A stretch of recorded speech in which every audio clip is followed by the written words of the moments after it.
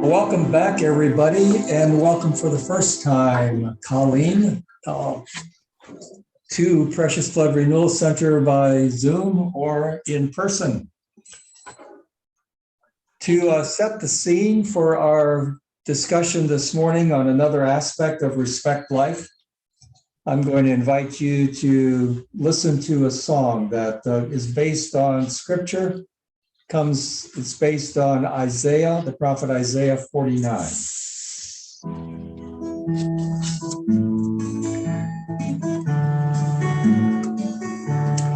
I will never forget you, my people.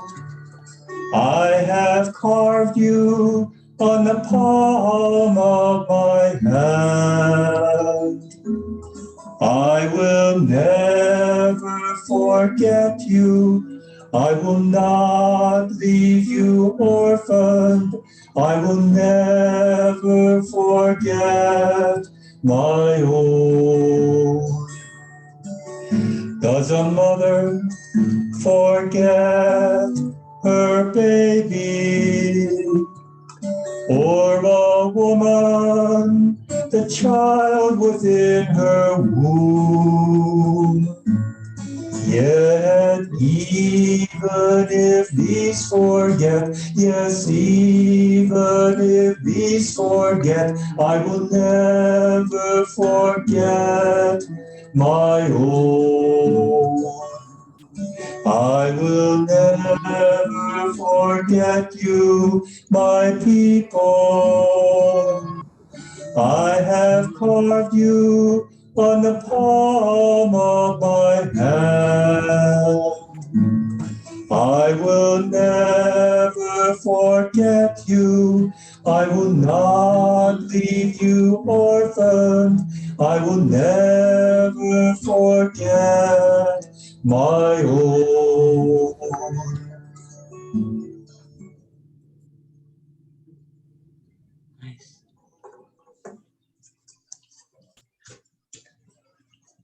Those of you who've joined us in past Saturdays know that I've used that as an introduction for each of these discussions around Respect Life, because I think it sets the framework. Everyone is precious to God.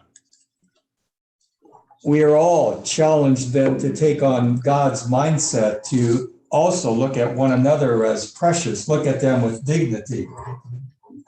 Excuse me. So we're challenged to see one another as Jesus sees us, with eyes of faith, that we look beyond just their mere appearances that sometimes are distractive to us, or we don't think they're as good as we are. But when we look at them with the eyes of Jesus, then we really see that we look at with charity and deep respect, that they are designed by God, created by God. Whether they're first or last, we are all brothers and sisters. So welcome once again to another discussion on Respect Life from another angle today. And we come at it from Precious Blood Renewal Center, whose mission statement says that we are a safe and sacred place offering healing and hope, renewal and reconciliation for all people. All people, whether they're still in their mother's womb or whether they're on their deathbed or any stage in between, and whether they've been nice to us or not, we are called, like God, to love them, to look at their goodness. So welcome to this fourth series during October, and today the topic is preventing gun violence. And we are joined in person by Father Mike Goode, and we are joined by Zoom by Father Joe Uecker, coming to us from Texas. Both of them have confronted gun violence in their own parish ministries in earlier years. And we hope to learn what they did, gain some wisdom ourselves about how to address the reality of gun violence in our own cities today. And you will be invited to enter into a dialogue with them as they speak. I invite you to maybe take some notes or write down questions that you want to ask them at the end. but you will definitely be involved in a dialogue, in a discussion. But before we move into that presentation, we're going to pray together. And Dennis is going to put a prayer up on the screen. Those of you who are joining us by Zoom, I would ask that you mute your microphones to avoid distortion. Those of you in the room with me, I'll invite you to pray along with me. This prayer we've been using every week. It comes from the Gospel of Life, which was written by Pope John Paul II. And we just celebrated the feast day of Pope John Paul II yesterday. So it's even more appropriate that we use it today. So let us pray together. O Mary, bright dawn of the new world, Mother of the living, to you do we entrust the cause of life. Look down, O Mother, upon the vast numbers of babies not allowed to be born, of the poor whose lives are made difficult, of men and women who are victims of brutal violence, of the elderly and the sick killed by indifference or out of misguided mercy. Grant that all who believe in your Son may proclaim the gospel of life with honesty and love to the people of our time. Obtain for them the grace to accept the gospel as a gift ever new, the joy of celebrating it with gratitude throughout their lives, and the courage to bear witness to it resolutely in order to build, together with all people of goodwill, the civilization of truth and love, to the praise and glory of God, the Creator and Lover of life. Amen. And Dennis already told you that the session is being recorded for other people who would like to share in this explanation. So that you're aware of that up front. I am a missionary of the Precious Blood, Kansas City province, and our province some years ago made a corporate stance against gun violence. And that is part of the reason why I bring this aspect to the discussion this month for Respect Life. In part, that corporate stance read, motivated by the blood of Christ and called to be ministers of reconciliation, we affirm our belief in the sacredness of life.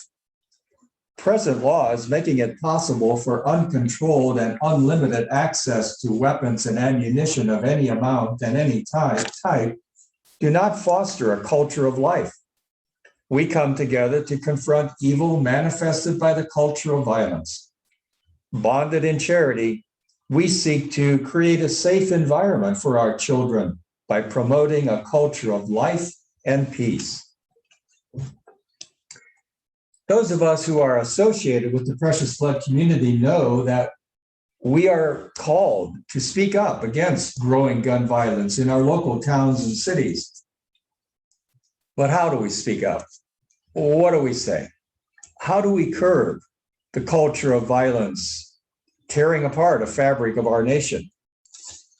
So let's learn where we might begin by learning what these two priests have done in the past. And Father Joe Uecker, I'm going to invite you to begin our discussion and to bring Father Mike Goode in at the appropriate times with you. Take a few minutes to describe how you got started in your effort against gun violence. Okay. First of all, I'd just like to give a couple of numbers that I looked up on the internet. I don't guarantee these numbers, but I think they're in the ballpark. In 2020, according to a couple of articles, there were some 44,000 deaths by gun. And of these, 24,000 were suicide. There were 44,000 total suicides. And there were another 39,000 people injured by gun violence. I think those numbers are enough to let us know that we have a problem. Personally, I was quite surprised to find out that there were more suicides by gun other than other violent gun deaths, with that in mind, we might want to put more emphasis on prevention of suicide. That is even more reasonable when we realize that the total number of suicides last year was about 44,000. Now, Father Mike and I were thrust into the topic of gun violence back around 1984. Now, Mike, you can correct these dates if you want to. Around there, the early 80s, yeah. Yeah, somewhere around there, at St. Mary's Parish in San Angelo. I remember that year we had 29 funerals. That seems like almost nothing anymore. And 5 of them were gun violence. Since that was almost 40 years ago, the details might be off a bit, but I recall the general outlines. After the 5th death, I was getting fed up with so many funerals of murder victims. And so I said at Mass one weekend, if you can't have a gun and use it for hunting or target practice, turn it in to me and I'll turn it into the police. Well, somehow the media got a hold of that. And the following Saturday morning, I got calls from 3 radio stations in New York and Chicago and one other one, I'm not sure which one, but each wanted to do an interview. And I remember pushing at least part of the blame for so much gun violence on then President Ronald Reagan. I felt that he was trying to solve the world's problems by armed conflict. The US had invaded Grenada in 1983, for one thing. And he was spending billions on new armaments. And I remember saying, when the president thinks that the world's problems are solved by violence, that trickles down to the common person as well. Well, rightly or wrongly, I don't know, but that's where I was at the time. I still think that there's some validity to that, but obviously an oversimplistic answer. Well, I did get 6 guns turned in. I remember one lady came in with a 30-30 rifle. And I still hope she didn't get in trouble with her husband because he didn't know that she was bringing it in. One family was planning revenge after their son was killed. I think you remember that family, don't you, Mike? Very much, yeah. Yeah. I went over to their home and thank God they were open to the Spirit. And they agreed to bring in some really ugly weapons. I don't know if you've ever seen these things. They have a handle about this long, close to a foot long. And there's a chain, maybe about the same length. And on the other end of that chain, one end is attached to the stick. And the other end is attached to a really ugly, like a ball with screws and nails and that hanging out of it. And you take the thing and you whack the person like that. I guess that's what you do with it. But anyhow, they agreed to bring up these ugly weapons the following Sunday to Mass and lay them before the altar at the offertory time as a sign of their giving up revenge. And to the best of my knowledge, they kept their pledge. And I don't recall any more murders that year. Mike, do you want to? It was I remember it was such an intense time. The tension could be felt deeply in my own heart and everybody's hearts, certainly in yours, Joe. During one of the funerals, I remember, Joe, when there were police cars all around the church because there was fear of continued violence. One family reacting about the murder against another, possibly, and everybody felt that fear. It was a darkness that hovered over everything. One of the things that I want to bring out about Father Joe is also he's always been a mentor, and he's always been a man who is willing to speak truth. But during this intense time in San Angelo, he was invited to speak to the San Angelo Press Club. Remember that? No, I don't. Well, I do. Okay. And he spoke. Now, this is one possible reason in the midst of a very complex situation, human situation that all of us live with. One of the causes of violence, at least in West Texas, and I think I could verify that to some degree by what I experienced in Fort Stockton, where I grew up west of Fort Stockton, west of San Angelo. He spoke to the San Angelo Press Club about the pressures in family life and situations in society, not only in San Angelo, but in West Texas and the whole state and everywhere. Poverty, all kinds of terrible, terrible anguish and pain, causing inner rage that can't be expressed in other ways. So it becomes expressed against people in your own circles because they're not, the rage is not able to be handled in healthy ways because the knowledge about how to do that was not there, and oftentimes tragically is not in people's hearts even today. But one of the possibilities that of so much violence at that time in San Angelo was, and probably in many places, is the intense poverty and the situation of people feeling absolutely helpless to deal with what's going on inside because of pressures all around them. And there were several people in the San Angelo Press Club that were very angry because he said such a thing. But it was healthy that he had the courage to say that. Now, I back that type of argument up. Remember, this is just one aspect of something that's very complex. When I was growing up, my mother was a registered nurse at Fort Stockton's Pecos County Memorial Hospital. When I was growing up, it wasn't uncommon for in the middle of dinner or whatever, mom being called to the hospital for a stab situation, a stabbing, and countless situations of fighting and killing in Fort Stockton because there's so much poverty on the south side. But as things have changed, and my mother began to recognize this as the years were going by, was that as people were becoming more educated and Hispanic people in Fort Stockton were able to get educated and find new ways to live their lives, the numbers of stabbings plummeted.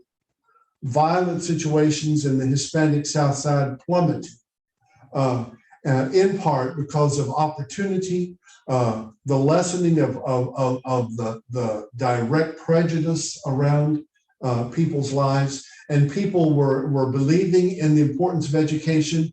And also, in part, it was because of Father Sam Homsey, who was Precious Blood pastor of our parish.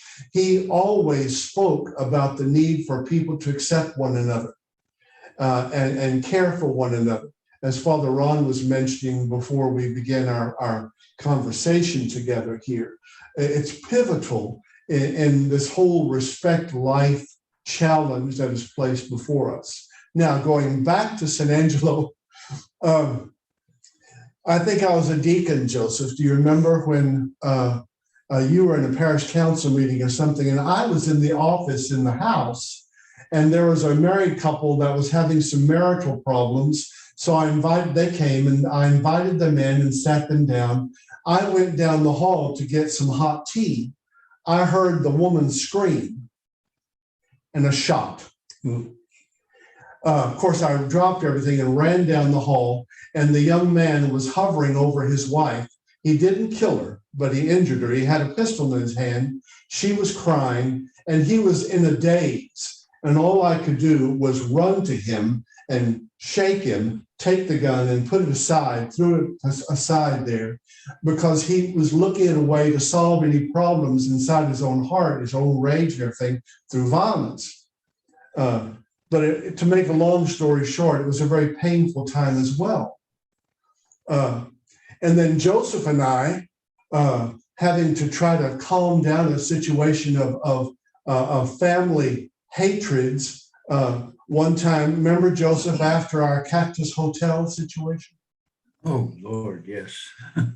We were both on the 11th floor, the top of the Cactus Hotel downtown, hoping to try to get this young lady to stop, to not jump off. but it was a situation where there was an affair going on and all that. But that's a side note. After the police literally lassoed her and pulled her kicking and screaming back through a window, Joe and I had to go to her family home to try to let the family know she's okay. Well, they didn't know anything about it. And her sister was there, and she began to scream and yell and had a pistol. And then Joe and I literally found ourselves wrestling her to the floor, legs and arms thrashing, to calm her and to keep her from going out and killing the man. So we've had to, we both remember things like that because it's been directly a contact with human passion, hurt, fears, misinterpretations, and attempts to solve problems in very destructive and, of course, very wrong ways. So that's what we try to address in this thing in our society, which is increasingly trying to solve problems through because of fears, imagined or real, whatever, through violence. And none of us are going to get anywhere with that. But go ahead, Joe. Okay. As far as what can be done, one thing I've seen advertised on TV lately is a lock on handguns. What I've seen shows a handgun in a case and some kind of a wire connected to a lock such that you need the key to be able to use the gun. Now, if the gun is supposed to be used for self-defense, I'm not sure if this would work. If an intruder came in, you'd have to remember where the key is and then get it and then unlock the gun. By that time, it would probably be a little late. But I think that it might be very valuable to prevent a suicide, presuming that the holder of the key is not the person contemplating suicide. And it would prevent a young person from stealing the gun to take it to school, for example. I suppose it would probably reduce gun violence if we could reduce the number of guns. But I don't think that's going to happen. Some 40 million guns were sold legally in 2020, and over 4 million more in January of this year. Somehow we have to get over our love affair with guns. When I was a kid, it was cowboys and Indians programs and movies, and all kinds of problems were solved by somebody getting shot. It's rare to see such programs today. I was a little surprised when I heard about this accidental shooting out in New Mexico the day before yesterday with Alec Baldwin. Yeah. I didn't know they made those kind of movies anymore. But today it's more city crime, but people still get shot pretty often on these programs. But with all this, with all the Lone Ranger movies, I don't recall that gun violence was nearly as prevalent as it is today. I don't know. But I don't think that TVs and movies are at the top of the list of causes. But look at school board meetings today. You know, we know where you live, or the threats on elected officials who will not buy into the big lie, or want somebody who wants to impose a mask mandate for the common good. Texas now permits almost anyone over 18 to carry a gun without a permit, or even worse, without any training to use it. We've all heard about road rage incidents, which lead to someone pulling a gun and killing another person. Recently, I heard about an incident where someone didn't like the price of a certain item in the store, so he pulled out his gun and killed the salesperson. It just seems to me like our country's gone crazy. Well, what can we do? If I had the answer to that question, I'd be rich, for one thing, because I would have shared that answer with the world over. I don't think anybody has the answer. I don't think there is one answer. I think it takes all of us working together to make a dent in the gun violence. One suggestion that I do have is to institute anger management classes into our school system. Uncontrolled anger seems to be at the heart of the problem. There are some murders which are planned in advance, but I would think that the vast majority of gun deaths are a result of some kind of a squabble. If a person knows how to control his or her anger, there's much less chance for violence. I wrote to our superintendent of schools a while back with this suggestion, but I never heard back from him. Another suggestion I have is for the registration of all guns. This has the proverbial snowball in hell's chance of becoming reality. In my idea, the owner of the gun would be responsible for whatever that gun does.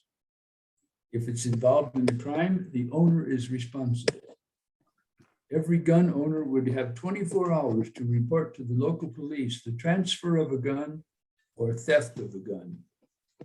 The end result of this would hopefully be safer storing of guns, such that children would not be able to take a gun from home to school. And it would hopefully lower the number of accidental shootings.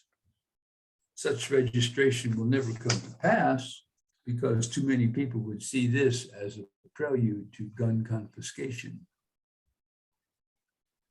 Another suggestion is to use the pulpit and the parish bulletin to ask people not to buy toy guns for their children for Christmas or any other time of the year. I'm not sure if this will make much difference, and I say this because when we were kids, we had all kinds of guns, BB guns, squirt guns, cap guns, and then we graduated to shotguns and rifles, and it didn't make us violent. Somehow the anger has to be controlled. I don't know if I'm a pessimist or a realist, but I do not see much hope for reducing the amount of gun violence. With more and more guns being added to the streets and homes each day, we should be more honest and take the motto, "In God we trust," off our money and replace it with, "In guns we trust." There's a very good article from Sojourners magazine entitled, "Should Christians Own Guns?" I don't think that a yes or no answer fits every situation, but it's a very thought-provoking article. Ron, what I will do is I will send you something. It's a sheet with a couple of links to articles. And if anybody wants to, they can contact you and you can send it to them. Very good.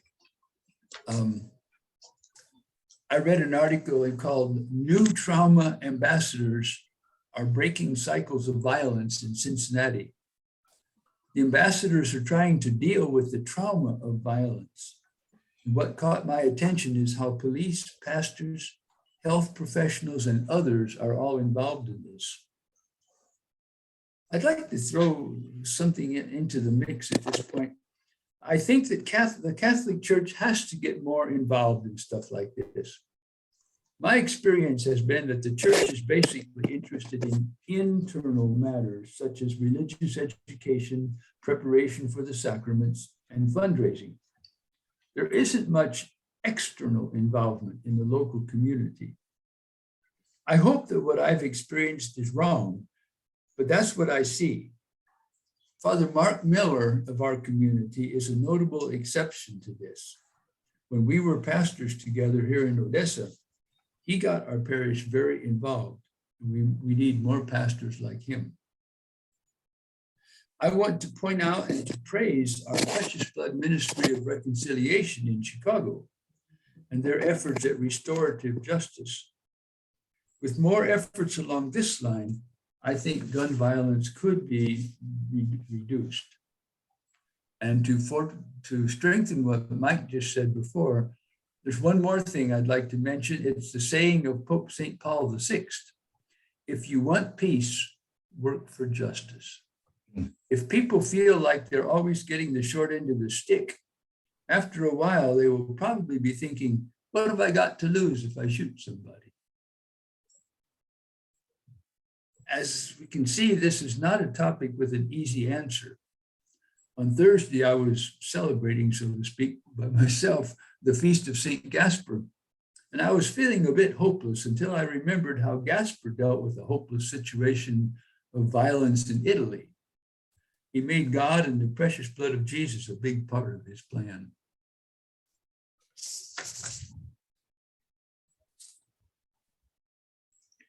So I'd like to comment on kind of pick up on something Father Joe was talking about. In God we trust. I read in an article, in respecting the Second Amendment, which gives us the right to have guns, we must be careful we don't violate the second of the 10 commandments, which prohibits the worship of idols made by human hands. What you were hinting at there, we idealize having guns. That's more important than listening to the voice of God about respecting, loving our fellow human beings. And I'd like to, what Father Mike was saying about the situation. Last week, I was listening to a priest from Chicago who's pastor in St. Agatha Parish on the west side. And he works a lot with young people, teenagers, a lot of gun violence in his parish. And the reason they think they need to carry a gun is they need to protect themselves. They don't have an alternative. They feel they need an alternative. So part of one aspect of the problem is their parents are so busy that they don't, when they come home from school, they don't have anybody in the home to listen to them. So they go out to the street to the gang. They're listening to them, they'll take them in, and the gang encourages them. But there's other gangs out there that they got to protect themselves from. They feel helpless, and so they carry a gun. They don't really want it, but they've got to protect themselves. So somehow alternatives we have to somehow surface. Somehow the church can get involved in there, perhaps. How do we raise alternatives to feel safe? A community. That ties in with what you said. If we want peace, work for justice. it's like what Mike said before about the south side of Fort Stockton. If there's so much just hopelessness, well, there's going to be a lot of violence. So that has to be addressed, the hopelessness. Making a law, you can't sell guns anymore, isn't going to solve it. Somehow the helplessness, the mental health, perhaps, it needs to be talked about more. Anybody else? Jump in, make comments, ask questions as you wish. Unmute yourself if you're coming in by Zoom.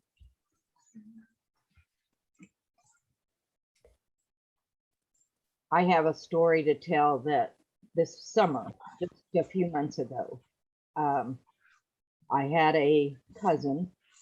He had just turned 20.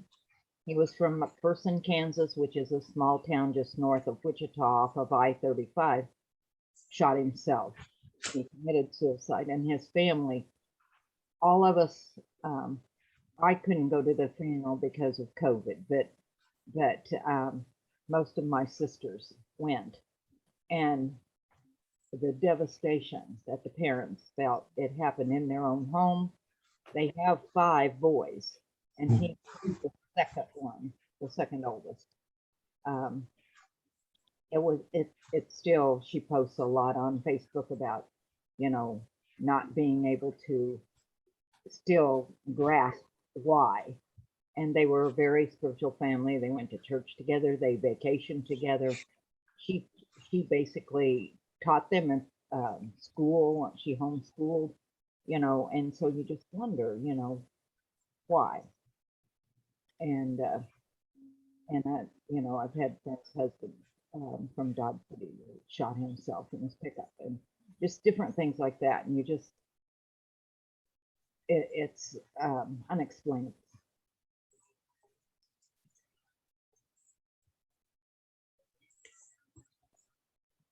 Anyone else want to add comments or ask questions of Father Joe or Father Mike? Well, we were talking about alternatives, and one alternative that's in the Kansas City area is the Learning Club that their students have been to the Precious Blood Renewal Center, but it's an opportunity that Brad Grabs offers in the Kansas City area, the inner city, for use after school. So that's a good program. The one thing that concerns me are the availability of semi-automatic weapons. Oh. To me, those should be outlawed. There's really no need for those, and they can kill so many people so quickly. It's what you find in our mass murders. Do you have an opinion on that, Father Mike, Father Joe? Yeah, I think that those, like the AR-15s and that sort of thing, I don't think there's any reason why those should be legal. I don't Those either. those are really military weapons, Yes. and they have no place on the streets. And I also believe that the Supreme Court has misinterpreted the Second Amendment, but that's neither here nor there, because since they have interpreted it as they did, that's the law of the land. But I think that the preface to that statement, because of the need for a well-armed militia.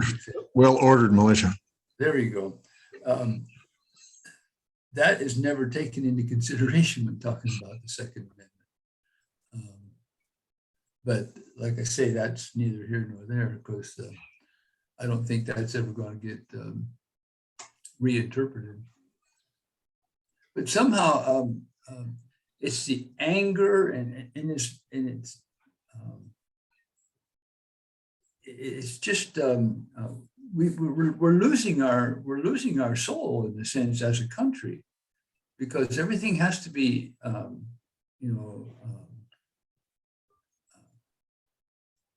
you have to fight about everything.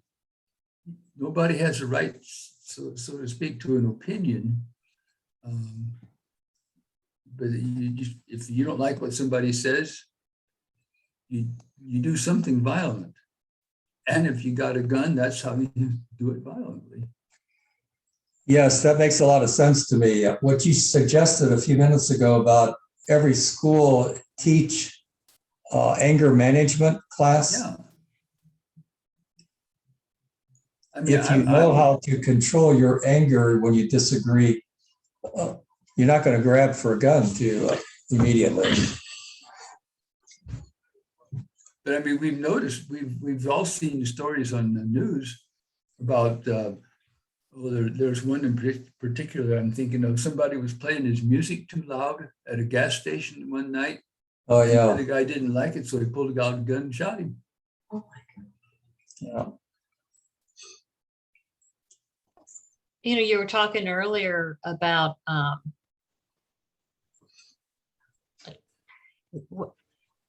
I wanted to say something about bullying. You were talking about suicides, the high rate of suicides, but both with suicide and with people who commit mass murder, a lot of times they say that that the person committing the crime were kids that were ostracized in school, that were bullied in school. So, I think there's so many ways to address this. And one thing is bullying in schools.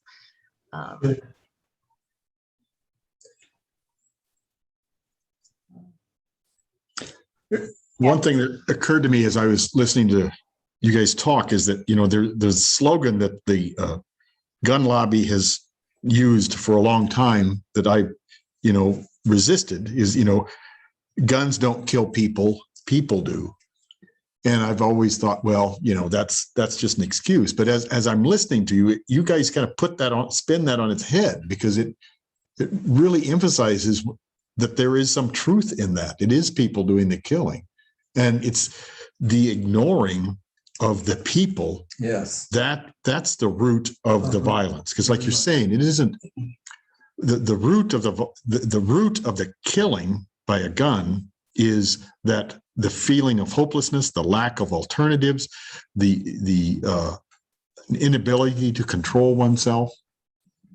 So it is, turn that on its head. It is people killing people. So and that's something that can be addressed.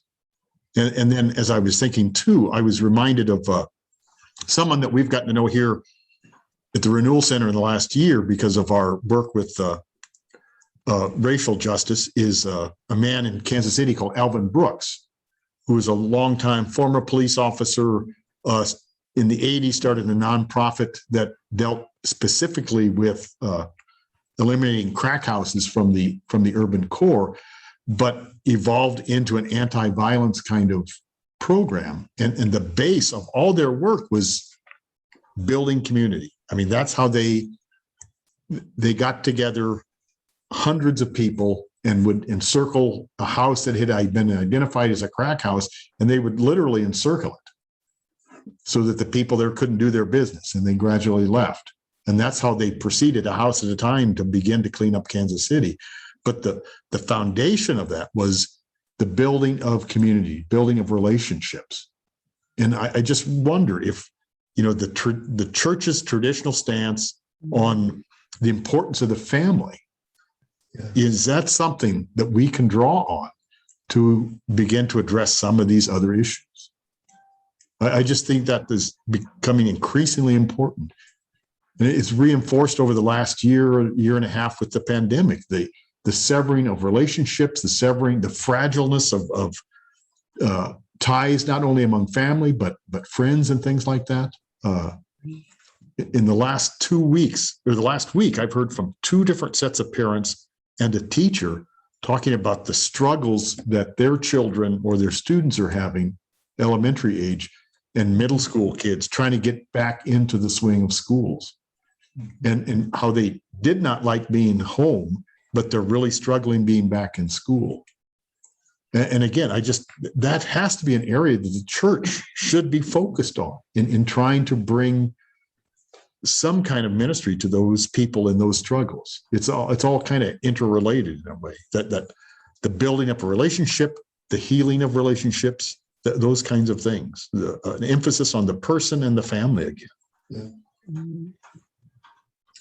I think that's so, oh, sorry, Julie, go ahead. No, go ahead. I was just going to say that I think that's so insightful. And it's also harder. I can imagine, like, it's probably implausible, right, to outlaw weapons and outlaw, I don't know at what point, politically, legally, those kinds of things. But I actually think that it's harder when you're talking about strengthening communities and building families. It's generational, it's cultural, it's going to take a whole lot longer to do it, but it's also so much the church, the benefit, or what the church has to offer in that is that it can be so hyper local. Your church is where, if you're involved in a family, that's the building block, right? You come to the church so many times from your family or from a close friend. And so while to me, it seems so overwhelming to try to take on that issue of making sure everyone has a place, and that there's so many reasons people commit, terrible crimes with guns or other weapons. But the church actually, I think, is equipped to take that on. Perhaps one of the best communities or to do that, because they're so local and they have that generational pull. Whether it's grandparents, influence, parental, sibling, you have it at so many different. If you have involvement in the church, you're able to be pulled in, your levels of influence are greater than another community center or an organization who pops up. I mean, I think those things that I don't know your name, sir, but when you talked about, surrounding the crack house, like that's really powerful to think about that. And if our church communities, both at the, international mother church level, but also in our super hyper local parishes, we're able to get our hands on how to help people be included and have an outlet, teach people anger management or conflict resolution or other ways to do this. It's a giant job, but I really think that, yeah, it could be one of the best ways to do it. I would just like to ask a question of all you, because you live in different places. Where do you live, Colleen? I'm right outside Washington, D.C. in Arlington, Virginia. Okay. From your experience, all of you, is your parish more concerned with just the internal, preparing for sacraments and that sort of thing, CCD, or is your parish really directed outward towards the community in which it finds itself? That's a great question. I actually think our parish is pretty balanced in that sense. I don't think that we necessarily, our personal community has a lot of, like, we don't, I'm not sure how much we do with addressing issues of violence specifically. So, but I think there are other social justice issues that we're certainly involved with, in addition to the RCIA and the sacramental prep, and we have a Catholic school in our parish. But I also know that I am fortunate and blessed to live in a very safe part of Arlington. You only go 10 miles away, not even 10 miles, you go 5 miles away, and there are parts of Arlington that are not safe, physically safe. So I think that probably has somewhat of an effect in terms of where our energies are focused, unfortunately, because we should be reaching out to those, not just in our geographic community, but I suspect that probably has something to do with it as well. Anybody else? I live in Chicago, and we should be ashamed of ourselves. Every morning, every time the news is on, not one or two, but dozens of shootings, not one of which seems to have any reason behind it, but anger or a lack of self-management or anger management. And people are, first of all, I thought people were supposed to be getting background checks. That does not seem to be the case. It seems that guns are available. If you want one, you can get one someplace. If they report that the police got hundreds of guns from someplace this weekend, that still does not answer the problem. People are riding up and down the street, shooting into cars of people they don't know. So it seems to me that the I think you said it before too, Father Joseph. There's something inside that people are angry. Either they don't feel accepted, their families are messy, or they're poor, or they're just plain angry. And so it doesn't matter who they kill. It's just part of the thing. Sometimes it's to get into a gang, they have to do something like that. But recently it's, they had to stop one of our biggest roadways because there was a shooting on the expressway. And what was the reason?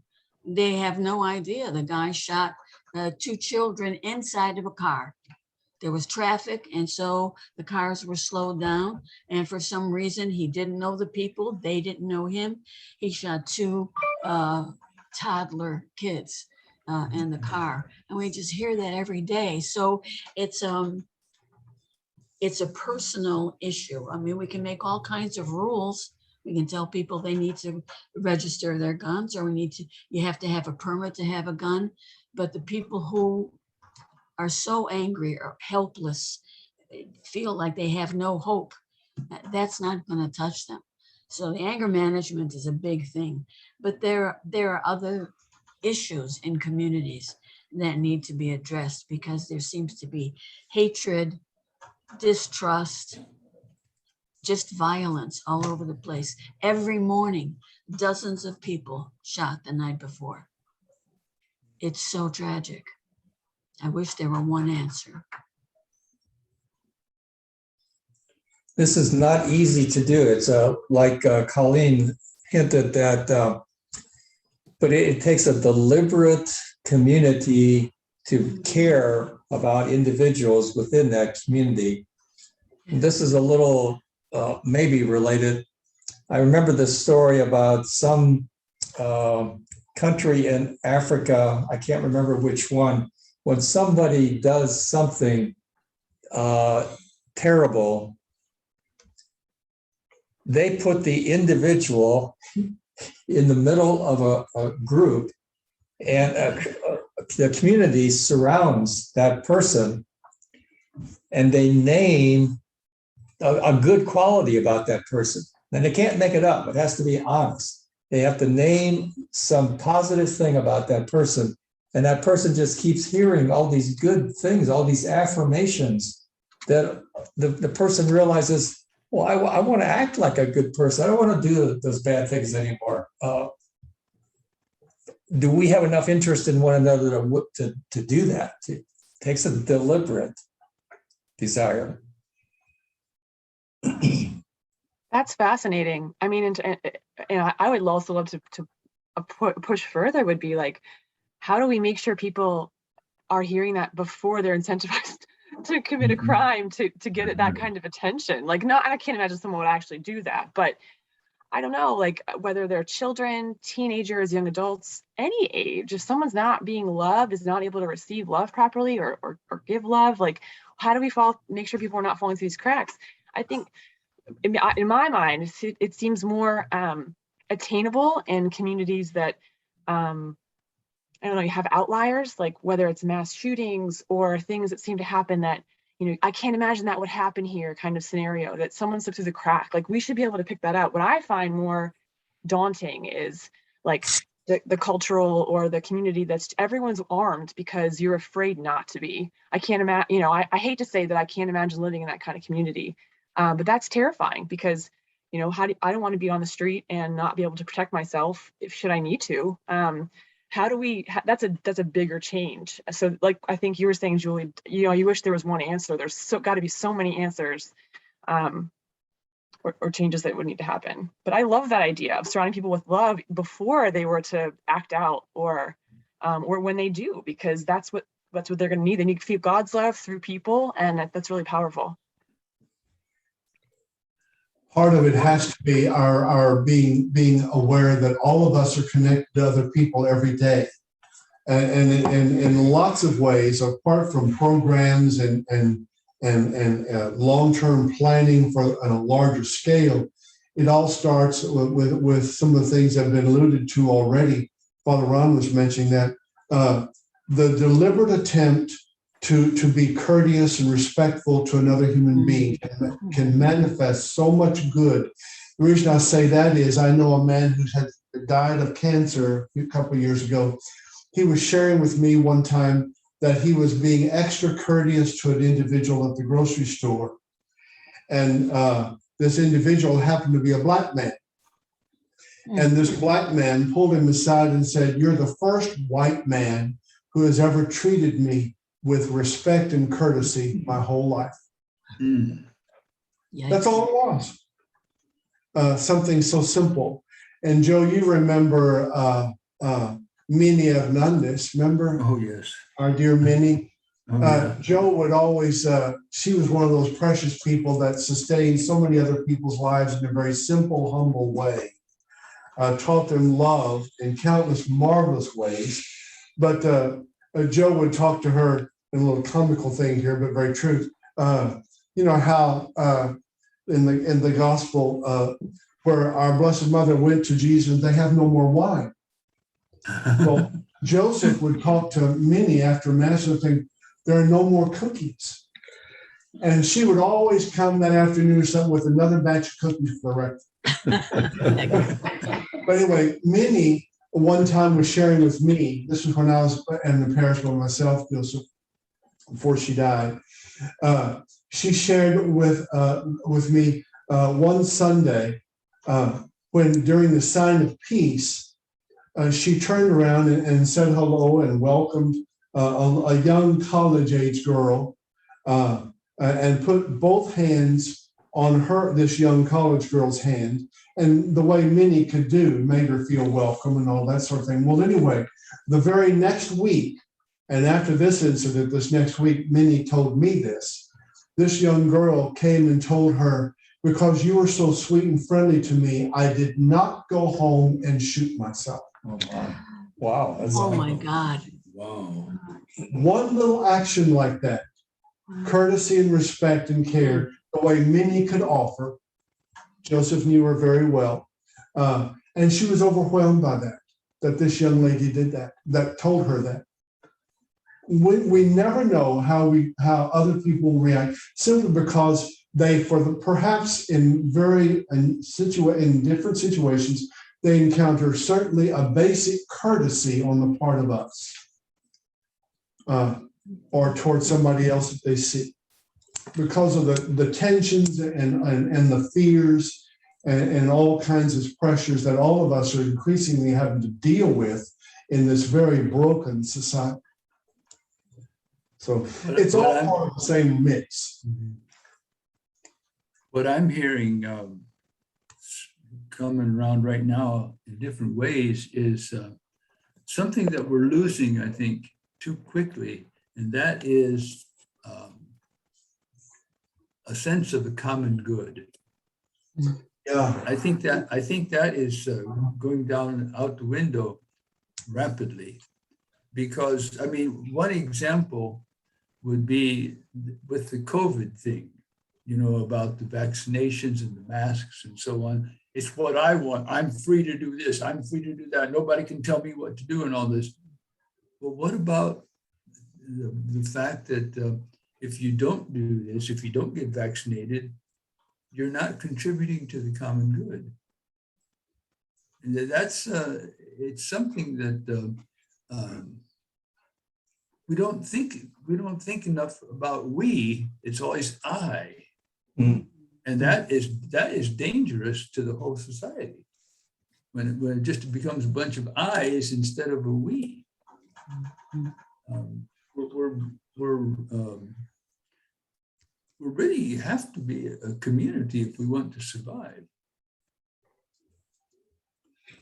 And that's basic Catholic Christian thought right there. It is. It's Catholic social teaching all the way. Yes. This past week, in fact, yesterday, we got a letter from our bishop, because they're this whole weekend is Respect Life, and all the letter included was abortion. That's all he talked about, and how our city is overwhelmed with women from out of state coming in because of some of the states around us have put into effect, that it's not legal and they cannot have abortions. So they're coming to Kansas, to Wichita, and they're having these abortions. Well, and that's all he talked about. He sent an envelope. We're supposed to put a donation in. But as we know, and what I've learned just in the past 3 weeks, is that that's only one aspect of Respect Life. Mm-hmm. The gun control, the gun violence, the people that are incarcerated for crimes on death row, and etc. Those are all things, I think, that we need to look at. And as a diocese, I think they're just focusing too much on one thing.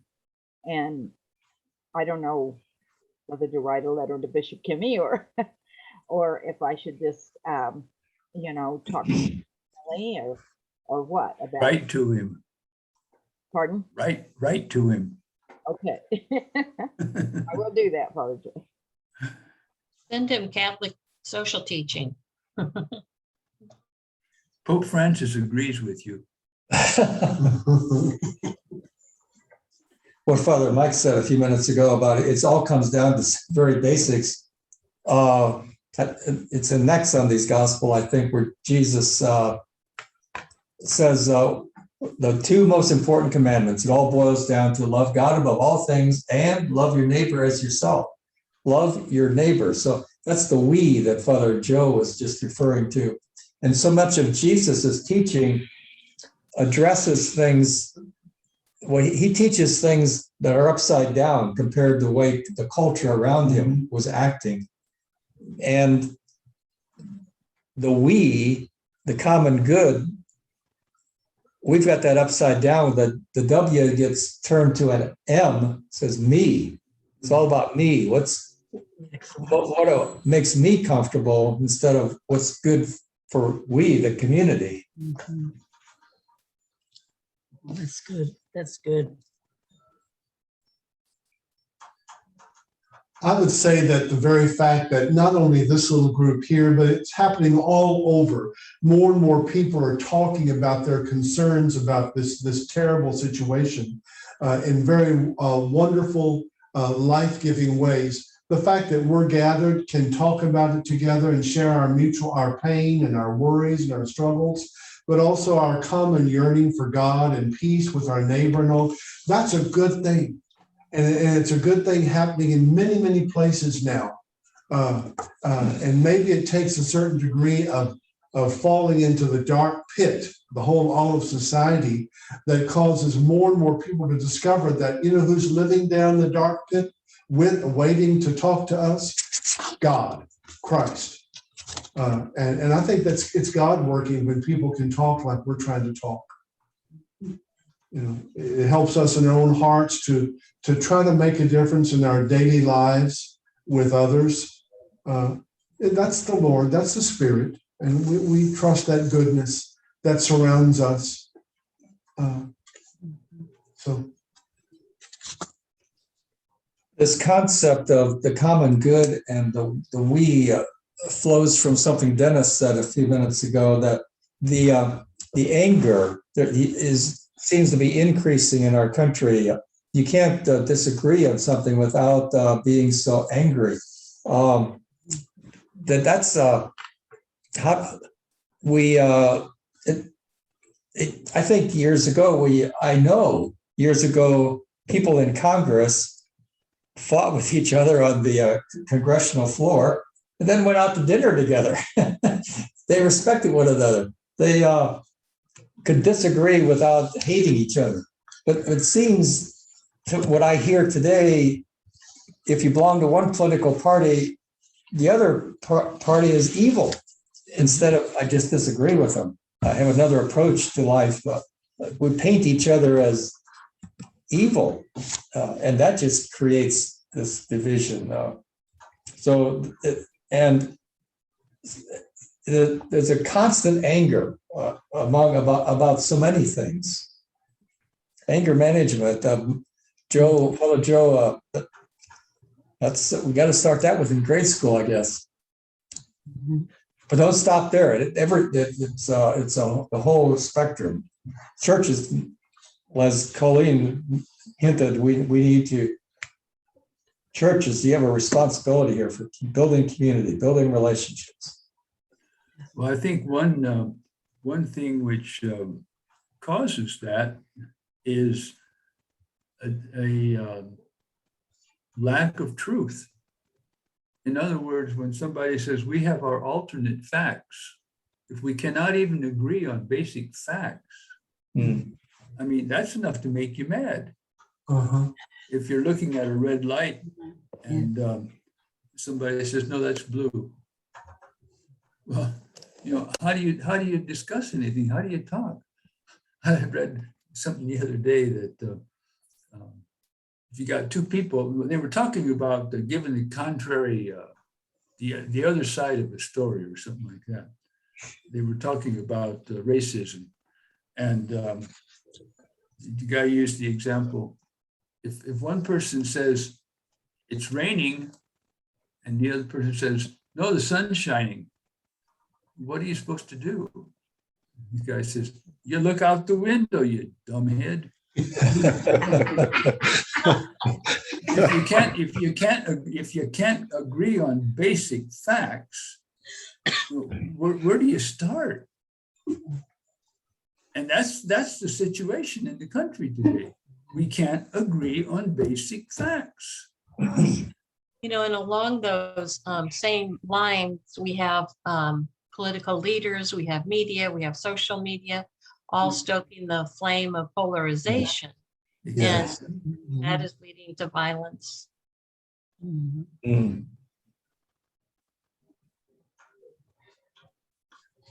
Just, I've become so convinced of the importance of courageous moral leadership. And that's what's lacking. Someone that will stand up and say, no, that's not true. It is raining, and just even, a Republican here in Missouri of who served in the Senate when, as Ron was saying, Republicans and Democrats could go out and eat supper together.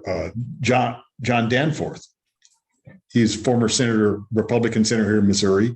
He served at the same time Tom Eagleton, a Democrat, was senator of Missouri, and they worked well together, according to Mr. Danforth. And I'm sure they did on issues. They disagreed on some issues, but they worked together on others in a way that could never happen today. And Danforth gave an interview here this last week. I was listening to it on the radio, and he was talking about that. And he was denouncing, Republicans who were taking, a hardline stance on the big lie and things like that. And yet he still could not bring himself to say anything good about our Democratic president right now, because he's still a member of the Republican Party, and there's still part of the line he's got to toe. And it's just, I just found it very disappointing that he could take a hard stance against Donald Trump, but he couldn't concede that maybe Joe Biden was right on some of his issues. And I was just really, really discouraged, because Danforth has made some really strong statements from the Republican Party in the past, but there was still that, I think he could have done a lot more good if he would have spoken out a little more firmly in some other ways. But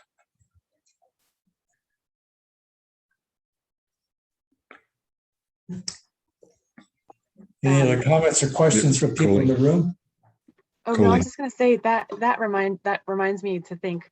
It's I've always think of husband works in politics. I have dabbled in politics in the past with communication work, and I always think about like the chicken or the egg. It's kind of like, when we talk about leaders that you want something else out of, or you want, you wish they'd be able to acknowledge good things if they don't like the person or the candidates overarching, whatever, that we put them in the office in this country. And that's a good thing. Democracy is a great thing. I think we live in a great country for one of those reasons. But it's the chicken and the egg, we put them there, but then we want them to act better. And so I think that can be discouraging. I find it discouraging because it takes a lot of work for us to put people of, I don't know, you said, good moral, it's so important to have moral character leadership, but I think it also is empowering for each one of us, because it has to start with us as a voter, as a community member, as a parishioner, as a family member. Like we have to be the ones to change. And if we're teaching others to follow suit, it will take a while, but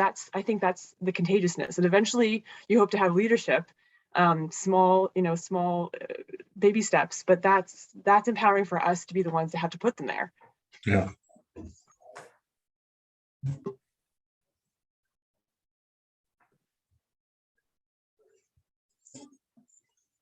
Okay, we've said a lot of different things today, so I'd like us just take a minute of silence and each of us to reflect on, from what you've heard today, what is one takeaway for you personally?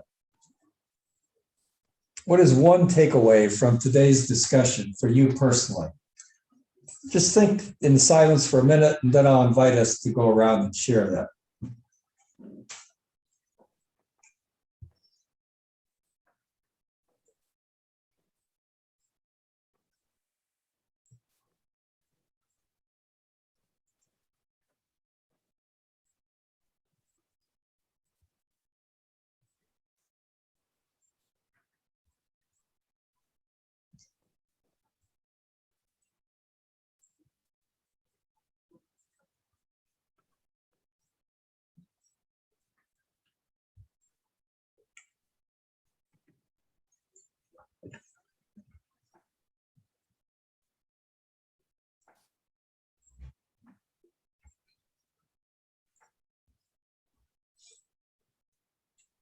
for me personally, there are so many things I heard and good things, but one of the things that sticks with me that I can do is deliberately do acts of courtesy. And I want to consciously do that this week. What I hear is for me to take on the challenge of seeking to be affirmative of a person who is comes from a totally different background from my own, and make a deliberate effort to seek to do that in whatever context or circumstance I might find myself in, or a conversation I'm involved in. One thing that struck me was it's easy to feel discouraged and hopeless when you're just by yourself. But when you think that there's other people, and like we're together right now, it's not hopeless, because I mean, Jesus started out with 12, and that would have seemed like a pretty small odds, to defeat the Roman Empire. Yeah. They did. It took 300 years, but they defeated the Roman Empire, and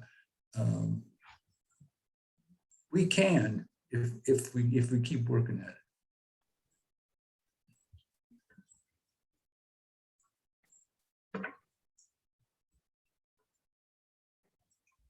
What struck me was, again, the building up of people, trying to be affirmative to them, so that they feel good about themselves, or they maybe find something within themselves other than anger. And we have a lot of homeless people that I pass in the car a lot.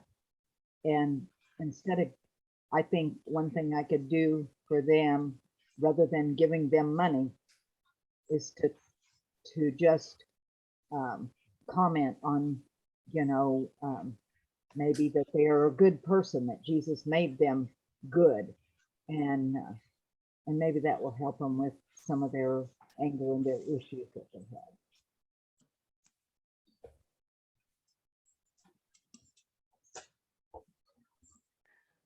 A takeaway for me, I think, is in everyday life, one of the Mother Teresa's common quotes of "do small things with great love" comes to mind. I may not be able to change, a political system or build a community from the ground up, but when I'm driving with my kids and somebody cuts me off and screaming, yelling, and making my kids angry and making the other driver angry and making myself more angry, stopping.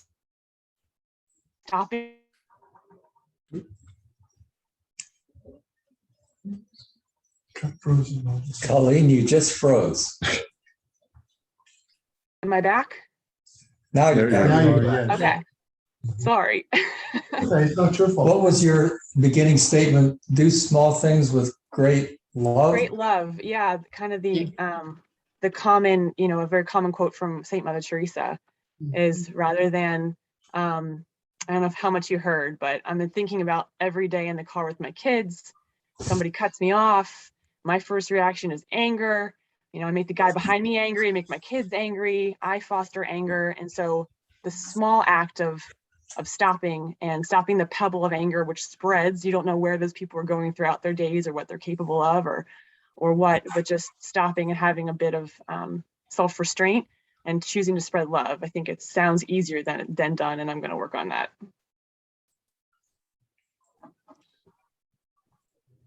Can I talk? Sure.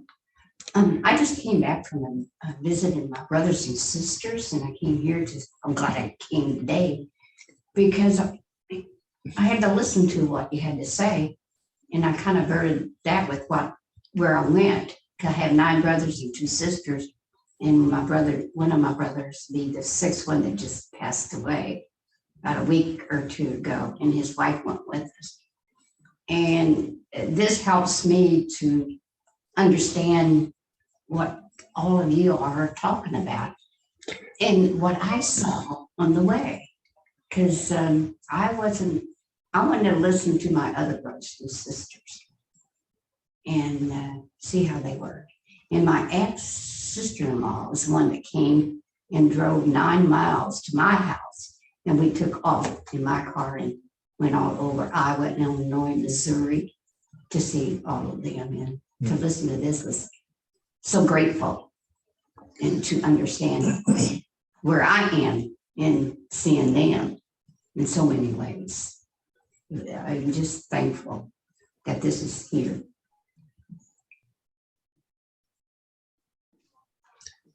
I have a parish that is pretty active and trying to address different areas.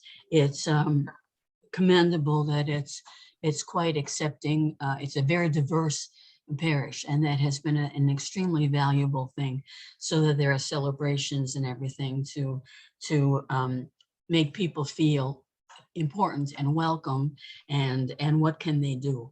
One of the things that they have responded to is the need in the neighborhood for people who are very poor, and so they have a kitchen, giving out food once a week after one of the masses. I think that there's perhaps a possibility of talking to some of the people that I know there about what can we do to address the violence in our own neighborhood. We have people being shot here all the time.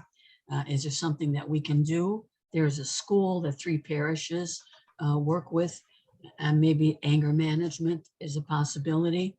I think there are some inroads that might be able to be made, considering the things that we talked about today, and how important even small actions are. I really appreciate this. Something I've heard today is how important the spiritual life is to counteract violence. So I think continuing to offer spiritual programs, I think when people believe on a very deep level that they are the beloved of God, the natural consequence is for them to extend that love to others.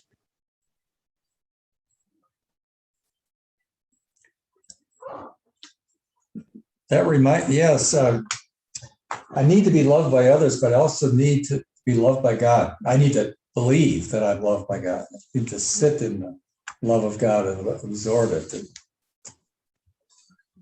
And hopefully that's one of the things our Renewal Center can offer, opportunities for people to sit in the presence of a loving God. I was thinking about the story Father Mike told about Winnie. Minnie. So just maybe walking across the parking lot, going into Sutherland's or the grocery store or just wherever, to speak to somebody that you don't even know. You never know what kind of just be the best you can be. Sure. And you don't know how that's going to affect someone.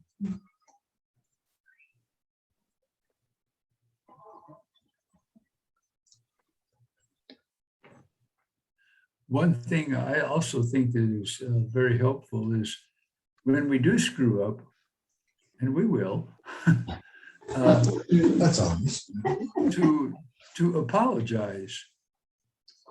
First of all, it makes a deep impression on oneself.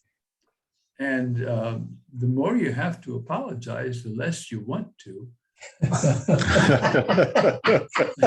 And so you're probably going to change your behavior a little bit more. And also it gives the other person to whom you are apologizing, that's a pretty powerful lesson. That's what I tell people in confession all the time when they talk about losing their patience with their children. Do you apologize to your children? Because that's probably the best teaching that you can give your children, that you're going to screw up, but when you do, you apologize for it. That's good. Something else we can do is to support those organizations that do so much good to uplift others and to, address alternative ways for our youth to be in the world, such as Precious Blood, Ministry of Reconciliation, and the Learning Club that I was talking about earlier. Maybe, we can get involved like personally or financially. There's many ways that we can support organizations that serve the common good. We have supported that learning club through our Human Development Fund. I know you have.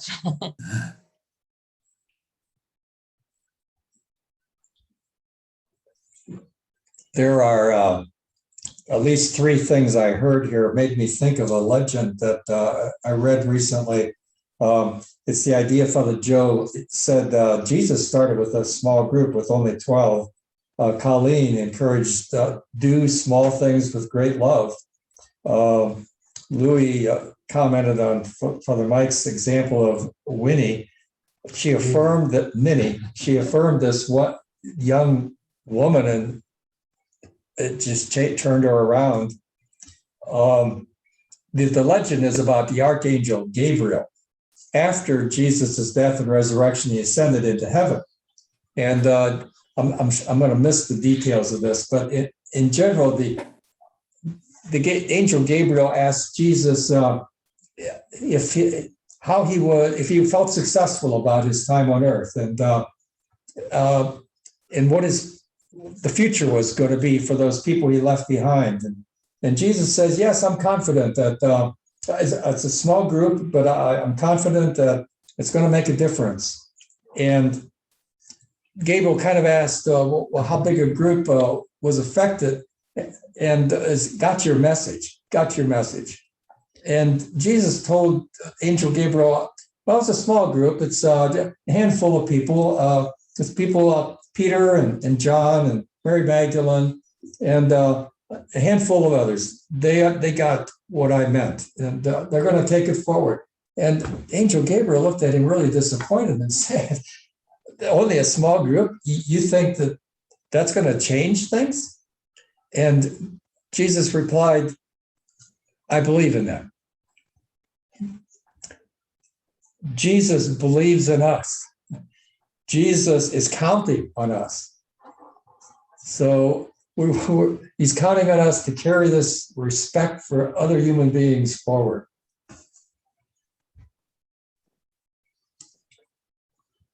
I'm going to close in a couple of minutes unless Father Joe or Father Mike wants to make a closing comment. Well, I've enjoyed this very much, and I think that we covered some good ground. And yes, I think it can make a difference, and I think something like this ought to be. Not ought to be, but can be something valuable as we become the new creation. I think there's a lot here. Thank you so much, Father Joe, Father Mike, for joining us today and sharing your reflections and kicking off this discussion. And hopefully we have internalized some things we will take forward. I'd like to close our time today with a prayer.